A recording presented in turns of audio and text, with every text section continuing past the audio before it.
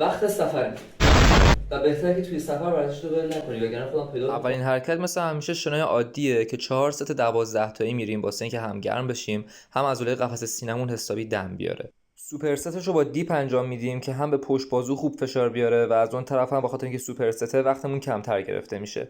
بین هر ست 30 ثانیه فقط کافی استراحت کنین.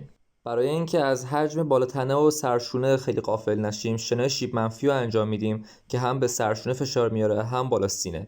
سوپر ست این حرکت رو با شنای لین انجام میدیم که فشار خیلی خوبی میتونه به سرشونه بیاره. اگه کوله پشتی نبرده بودین و وسیله دیگه ای نبود که باهاش جلو بازو کار کنین، کاور یکی از بالشتا رو در بیارین، داخلش چند تا وزنه مثل سنگ و اینطور چیزا بندازین و جلو بازو چکشی تک دستو بزنین. سوپر ستش رو هم برای اینکه فیله کمر رو تقویت کنین، میتونین حرکت سوپرمن رو انجام بدین که به این شکل میشه انجامش داد. آخرین حرکتمون هم اسکوات هست و اینجا تمرینمون تمامه.